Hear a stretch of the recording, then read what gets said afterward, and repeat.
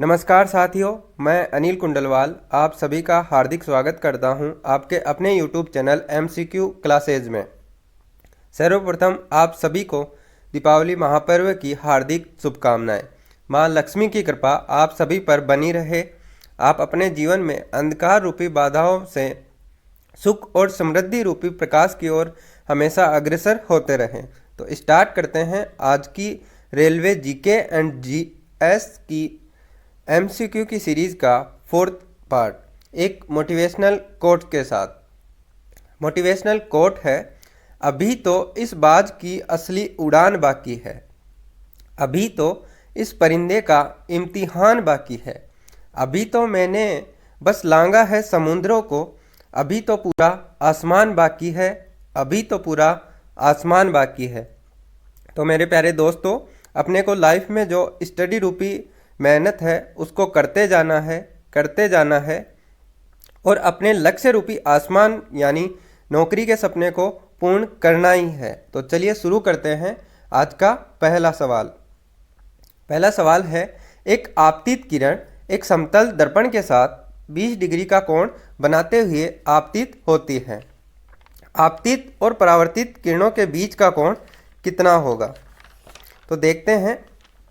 मान लीजिए ये एक समतल दर्पण है, इस पे कोई किरण 20 डिग्री के कोण पे आपतित हो रही है और ये परावर्तन होने के बाद में इधर को जा रही है। तो अपने को पता है आपतन और परावर्तन का कोण बराबर होता है, तो ये कोण भी हो जाएगा 20 डिग्री। अब अपने से पूछा क्या है? आपतित और परावर्तित किरणों के बीच का कोण, यानी ये कोण अपने से पूछा है। तो अपन जानते हैं ये एक सीधी रेखा हो गई। सीधी रेखा पर बने हुए एक और बने हुए कोणों का योग 180 डिग्री होता है। तो 20 और 20 40 डिग्री हो गए। तो 180 में से 40 घटाएंगे तो ये जो x की वैल्यू है ये आ जाएगी, तो ये वैल्यू हो जाएगी 140 डिग्री। अगला क्वेश्चन देखते हैं। निम्नलिखित जानवरों में से कौन सा सरीसृप वर्ग से संबंधित नहीं है? ऑप्शन है मगरमच्छ, सांप, मेंढक या फिर कछुआ। तो इसका राइट आंसर हो जाएगा थर्ड ऑप्शन, मेंढक।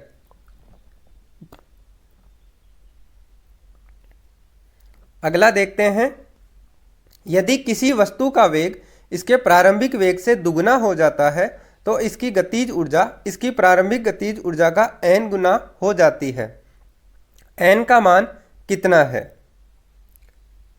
अब मान लेते हैं जो प्रारंभ में गतिज ऊर्जा है ke वो है 1/2 mv²। अब यहाँ पे बोला जा रहा है जो प्रारंभिक वेग है वो दुगना हो जाता है, यानी जो v1 है वो हो रहा है 2v। अब के ई निकालते हैं, यानी ke1 निकालते हैं। तो इसमें वैल्यू पुट करेंगे तो 1/2 mv1²। यहाँ पे अपन v1 की वैल्यू रखेंगे तो वैल्यू क्या आ जाएगी?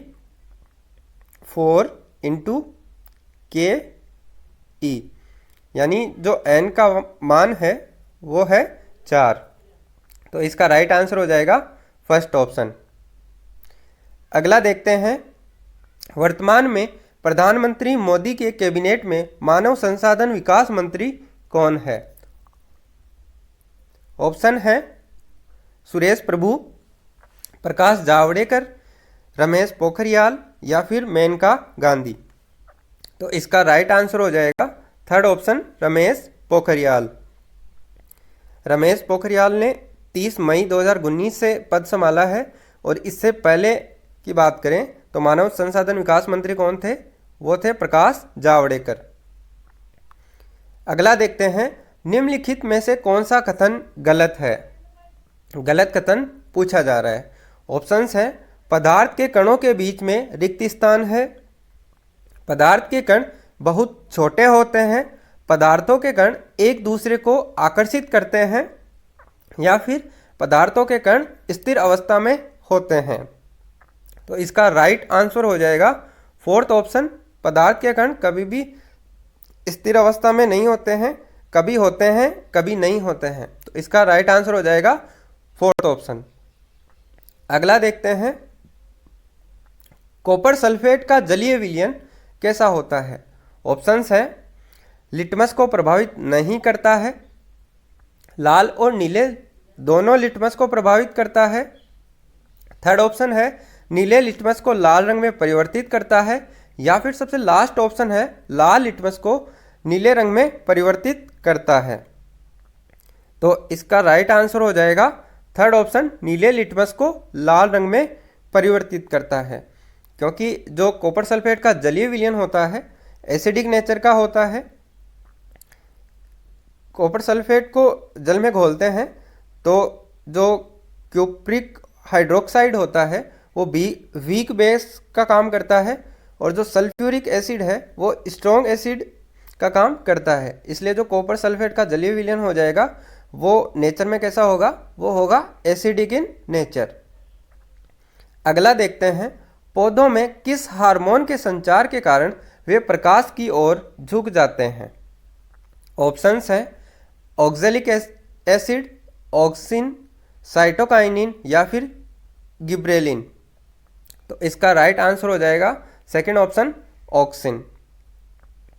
अगला देखते हैं, निम्नलिखित में से कौन सी धातु सबसे अधिक अभिक्रियाशील है, यानी जो अभिक्रियाओं में सबसे ज़्यादा भाग लेती है।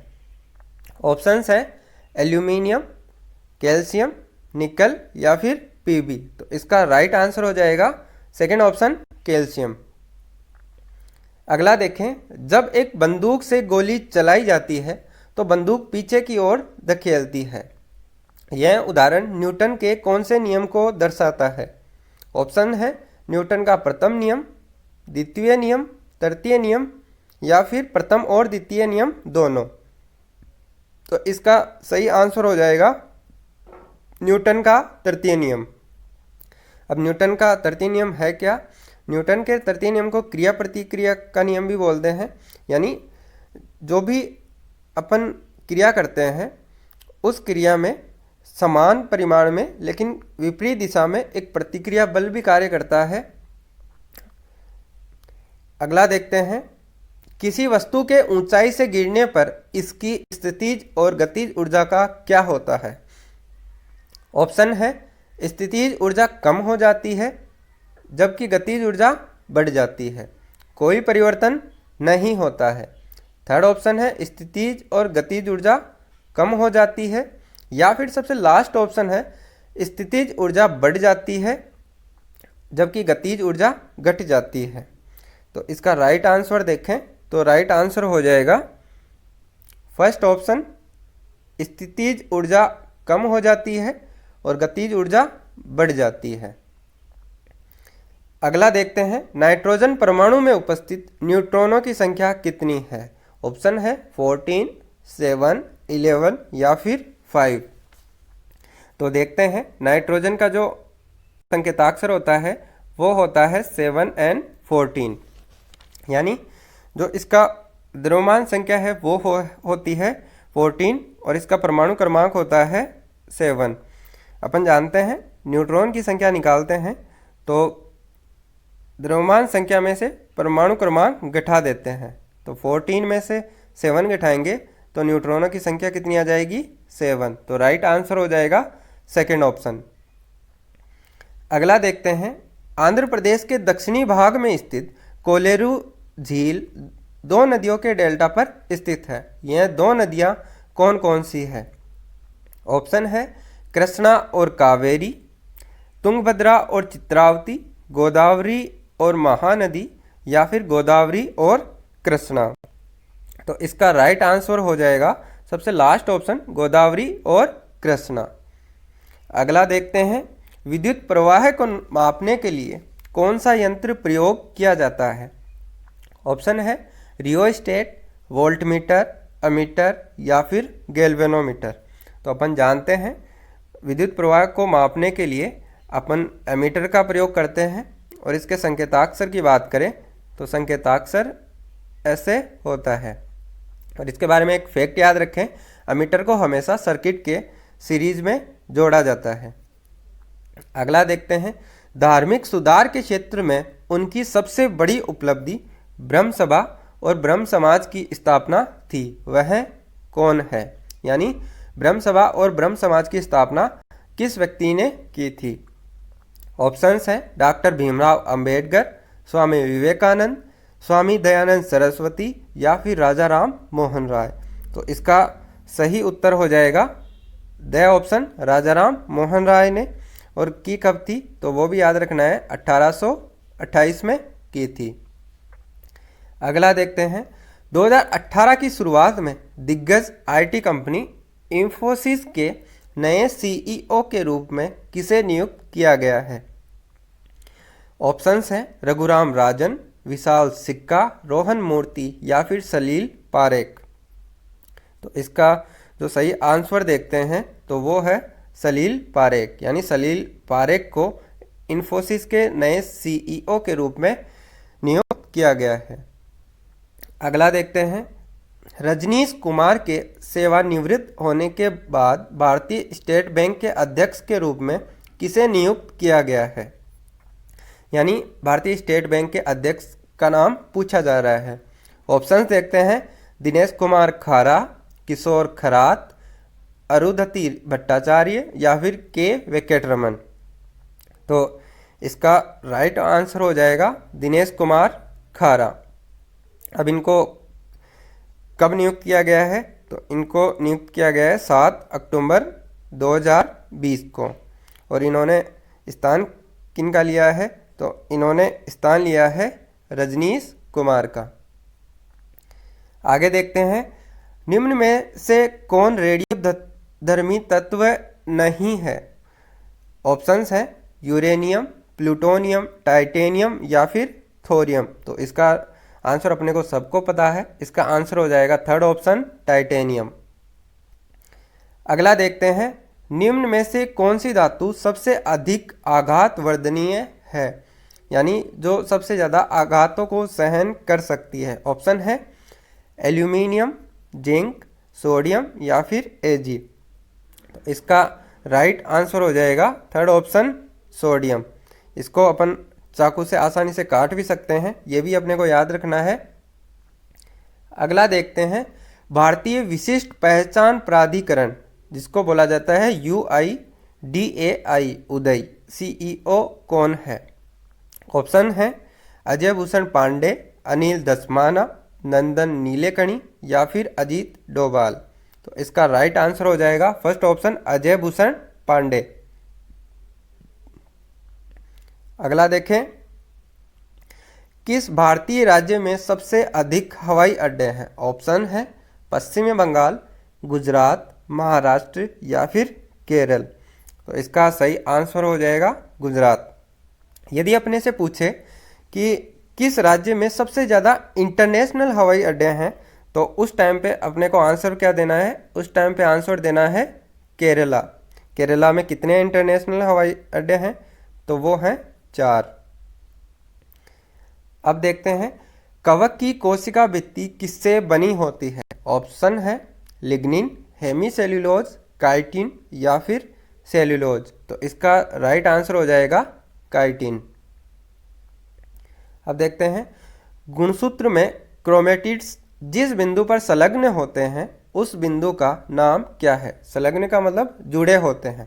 ऑप्शंस देखते हैं, तारकाय, सेंट्रोमियर, गुणसूत्र बिंदु या फिर जीन। तो इसका जो सही आंसर हो जाएगा वो हो जाएगा सेंट्रोमियर। अगला देखते हैं, 2 या 2 से अधिक तत्वों के योग से क्या बनता है? ऑप्शंस हैं परमाणु, संयोजकता, यौगिक या फिर मूलक। तो इसका सही आंसर हो जाएगा यौगिक। 2 या 2 से अधिक तत्वों के योग से यौगिक बनता है। अगला देखते हैं, किसका प्रयोग पेयजल को कीटाणु रहित करने के लिए किया जाता है?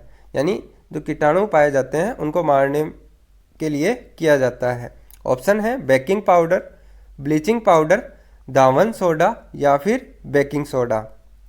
तो इसका राइट आंसर हो जाएगा ब्लीचिंग पाउडर। अब ब्लीचिंग पाउडर के फॉर्मूले की बात करें तो वो होता है CaOCl टू, ये भी अपने को याद रखना है, पूछा जा सकता है।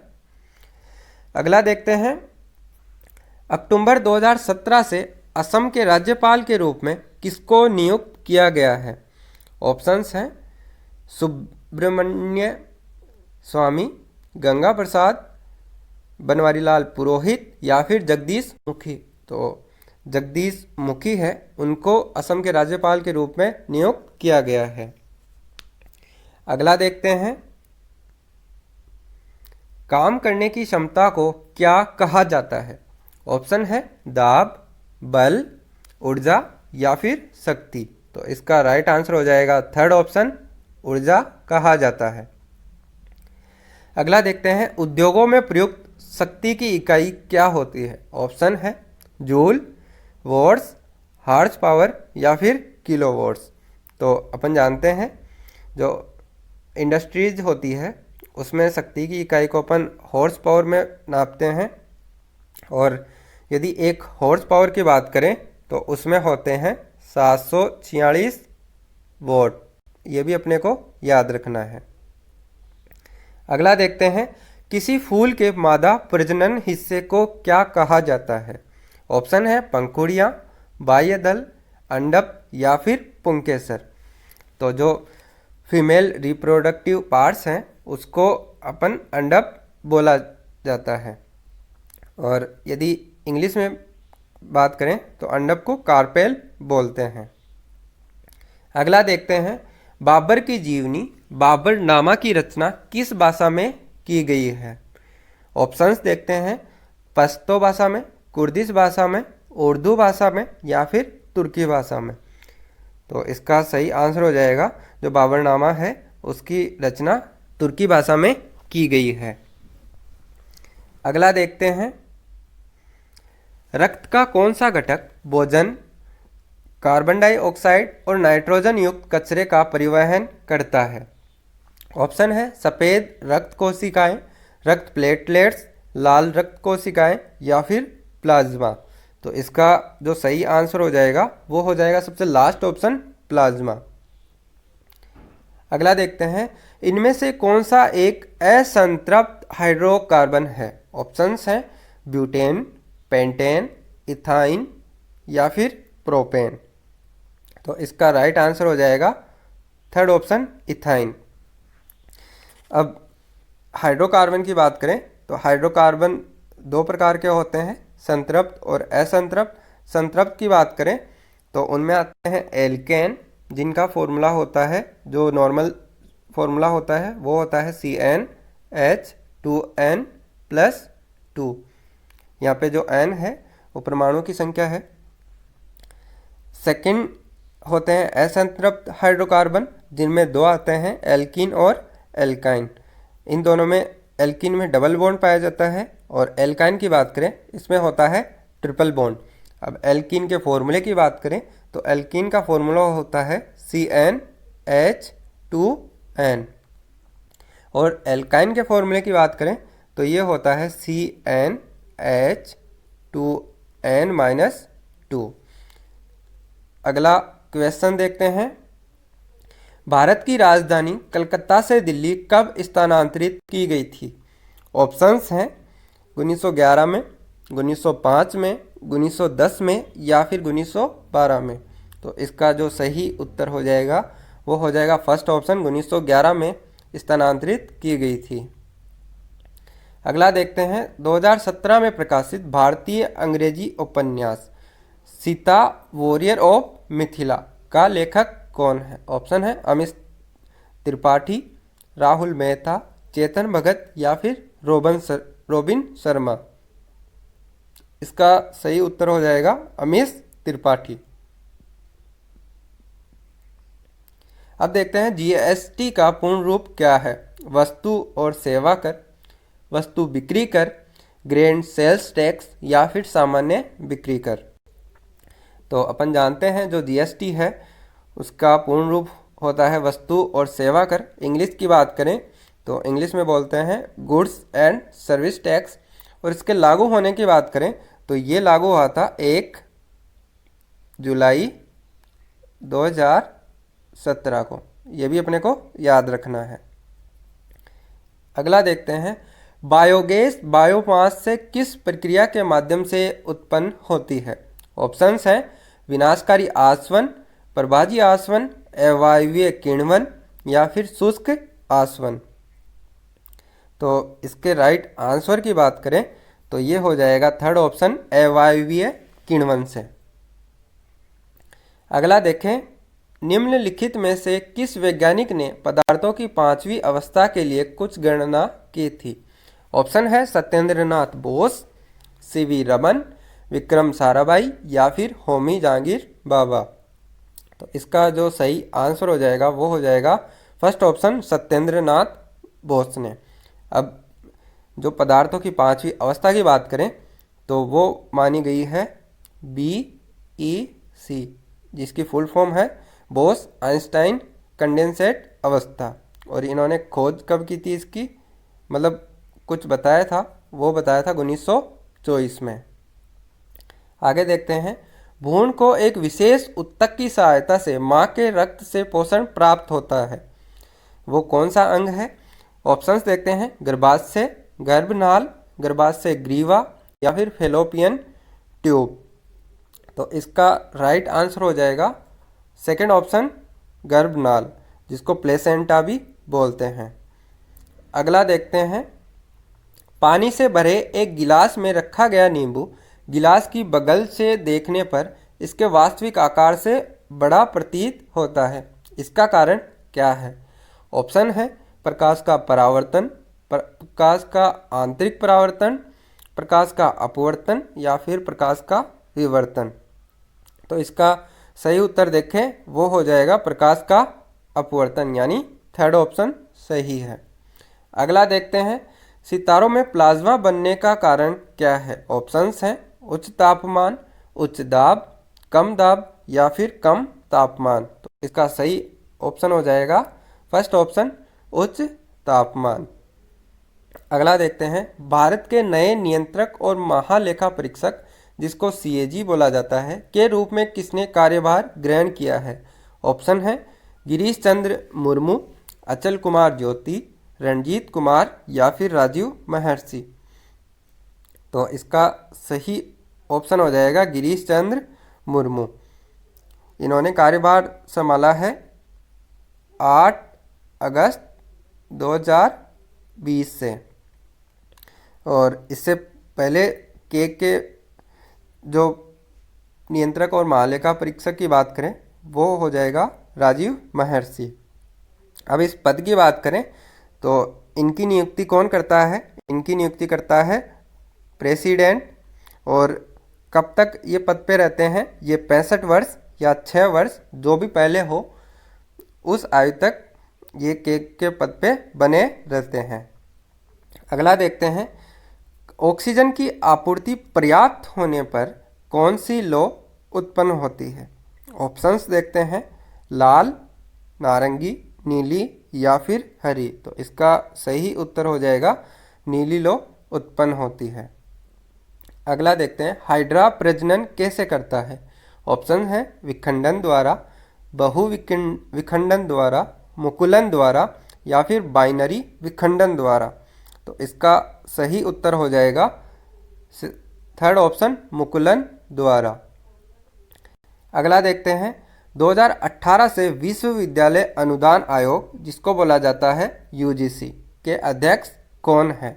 ऑप्शन है नजमा हेपतुल्ला, अनिल सहस्त्रबुद्धे, VK सारस्वत या फिर धीरेन्द्र पाल सिंह। तो इसका सही उत्तर हो जाएगा धीरेन्द्र पाल सिंह। अगला देखते हैं, किसने दिल्ली शहर की स्थापना सबसे पहले की थी और इसे इंद्रप्रस्थ नाम दिया था? ऑप्शन है पुर्तगालियों ने, कौरवों ने, मुगलों ने या फिर पांडवों ने। तो इसका सही उत्तर हो जाएगा द पांडवों ने। अगला देखें, अपने पहले एक दिवसीय अंतर्राष्ट्रीय क्रिकेट मैच में शतक लगाने वाले पहले भारतीय खिलाड़ी कौन है जिसने 2016 में यह उपलब्धि हासिल की थी? ऑप्शंस देखते हैं, KL राहुल, हार्दिक पांड्या, जयंत यादव या फिर करुण नायर। तो इसका सही उत्तर हो जाएगा KL राहुल। KL राहुल की बात करें तो इनको जो अभी रिसेंटली IPL 2020 हुआ है उसमें ऑरेंज कैप मिली है। और वो क्यों मिली है? क्योंकि इन्होंने सबसे ज़्यादा रन बनाए हैं इसलिए। अगला देखते हैं, सूत्री विभाजन के चरण का नाम बताएं जिसके दौरान विभाजित सेल के गुणसूत्र मध्य रेखा पर स्थित होते हैं। ऑप्शन है एनाफेज, टेलोफेज, मेटाफेज या फिर प्रोफेज। तो इसका सही उत्तर हो जाएगा थर्ड ऑप्शन, मेटाफेज। अगला देखते हैं, कौन से राज्य को भारत के मसालों के बगीचे के नाम से भी जाना जाता है? ऑप्शन है राजस्थान, केरल, कर्नाटक या फिर महाराष्ट्र। तो इसका सही उत्तर हो जाएगा केरल। केरल को मसालों के बगीचे के नाम से जाना जाता है। और इसकी राजधानी की बात करें तो वो है तिरुवनंतपुरम। अगला देखें, किसी तरल की समान मात्रा के लिए निम्नलिखित में से किस प्रक्रिया की गति सबसे धीमी होगी? ऑप्शन है क्वथन, संघनन, वाष्पीकरण या फिर हिमांक यानी फ्रीजिंग। तो इसका राइट आंसर हो जाएगा वाष्पीकरण, जिसको एवेपोरेशन भी बोलते हैं। उसकी जो गति है वो सबसे धीमी होगी। अगला देखते हैं, अधातु ऑक्साइड आमतौर पर कैसी प्रकृति के होते हैं? ऑप्शन है अम्लीय, उभयधर्मी, उदासीन या फिर क्षारीय। तो इसका राइट आंसर हो जाएगा फर्स्ट ऑप्शन, अम्लीय प्रकृति के होते हैं। अगला देखें, इम्प्लांटेशन किसकी प्रक्रिया है? ऑप्शन है माता के शरीर के अंदर एक बच्चे का विकास की, एक गर्भाशय के लाइनिंग से युग्मनज के जुड़ने की, या माता के रक्त से प्लेसेंटा के माध्यम से पोषण की, या फिर भ्रूण और इसकी पोषण के विकास की। तो इसका सही उत्तर हो जाएगा सेकेंड ऑप्शन, जो इम्प्लांटेशन है एक गर्भाशय के लाइनिंग से युग्मनज के जुड़ने की प्रक्रिया है। अगला देखते हैं, प्रोपेन का रासायनिक सूत्र कौन सा है? ऑप्शन है C3H8, C4H10, C2H6 या फिर CH4। यहाँ पे पूछा है प्रोपेन का। प्रोप का मतलब होता है 3 कार्बन, और अभी अपने देखा था जो एल्केन होता है उसका फॉर्मूला होता है CnH2n+2। तो 3 का दुगुना करेंगे प्लस 2 ऐड करेंगे, वो हो जाएगी हाइड्रोजन की संख्या। तो 3 × 2 = हो जाएगा 6, प्लस 2 ऐड करेंगे 8, यानी जो C3H8 है वो हो जाएगा प्रोपेन का रासायनिक सूत्र। अगला देखते हैं, यदि किसी वस्तु को अवतल दर्पण के वक्रता केंद्र पर रखा जाता है तो इसका प्रतिबिंब कैसा बनेगा? ऑप्शंस हैं आभासी और बड़े आकार का, आभासी और छोटे आकार का, वास्तविक और समान आकार का, या फिर वास्तविक और बड़े आकार का। अब अवतल दर्पण दे रखा है तो पहले 2 ऑप्शन वैसे ही कैंसिल हो जाएंगे, क्योंकि अवतल दर्पण में वास्तविक प्रतिबिंब बनते हैं। तो इसका राइट आंसर हो जाएगा वास्तविक और समान आकार का, यानी ये वक्रता केंद्र पर है तो बराबर आकार का प्रतिबिंब बनेगा। अगला देखते हैं, यदि किसी वस्तु द्वारा तय की गई दूरी 0 है तो वस्तु का विस्थापन कितना होगा? ऑप्शन है 0, ऋणात्मक, धनात्मक, 0 हो भी सकता है और नहीं भी। तो इसका जो सही उत्तर हो जाएगा वो हो जाएगा 0। अगला देखते हैं, 2017 में पुरुष हॉकी एशिया कप की मेजबानी कौन से एशियाई शहर ने की थी? ऑप्शन है Dhaka Bangladesh, Tehran, Tokyo Japan या फिर सिंगापुर। तो इसका जो राइट आंसर हो जाएगा वो हो जाएगा फर्स्ट ऑप्शन, ढाका बांग्लादेश ने। अब इस जो पुरुष हॉकी एशिया कप हुआ था उसके विनर की बात करें, वो भी पूछ सकते हैं। तो विनर था इंडिया, और जो फाइनल में हारा था उसकी बात करें तो वो था मलेशिया। अब टोटल टीमों की बात करें कि कितनी टीमों ने भाग लिया था, तो उसका भी याद रखना है। कुल 8 टीमों ने भाग लिया था। और ये भी पूछा जा सकता है कि इंडिया ने अभी तक कितने बार पुरुष हॉकी एशिया कप को जीता है? तो वो 3 बार जीता है। वो 3 बार कौन कौन से हैं? तो पहला है 2003 में, फिर 2007 में, और एक सबसे लास्ट है 2017 में। अगला देखते हैं, भारतीय मूल के सत्य नडेला निम्नलिखित में से कौन सी कंपनी के मुख्य कार्यकारी अधिकारी यानी सीईओ हैं? ऑप्शन है डेल, अमेजॉन, माइक्रोसॉफ्ट या फिर गूगल। तो इसका आंसर अपने को सबको पता है, वो हो जाएगा माइक्रोसॉफ्ट के। अगला देखते हैं, दीन ए इलाही धर्म की स्थापना किसने की थी? ये सबसे ज़्यादा पूछा जाने वाला सवाल है। तो इसका राइट आंसर अपने को सबको पता है, अकबर ने की थी। और कब की थी? ये की थी 1582 में। अगला देखते हैं, इनमें से किसे न तो बनाया जा सकता है और न ही नष्ट किया जा सकता है? ऑप्शन है वेग, शक्ति, ऊर्जा या फिर गति। तो इसका राइट आंसर हो जाएगा ऊर्जा, क्योंकि ऊर्जा संरक्षण का नियम बोलता है कि ऊर्जा को ना तो बनाया जा सकता है और ना ही नष्ट किया जा सकता है। इसे केवल एक रूप से दूसरे रूप में स्थानांतरित किया जा सकता है। अगला देखते हैं, हम जो भोजन ग्रहण करते हैं उससे प्राप्त हुई कुछ ऊर्जा किस में संग्रहित होती है? ऑप्शन है अमीनो अम्ल में, पायरुविक अम्ल में, शर्करा में या फिर ग्लाइकोजन में। तो इसका राइट आंसर हो जाएगा ग्लाइकोजन के रूप में संग्रहित होते हैं।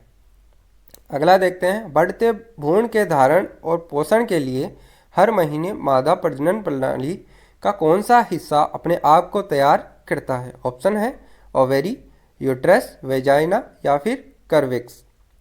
तो इसका राइट आंसर हो जाएगा सेकंड ऑप्शन, गर्भाशय यानी यूट्रस।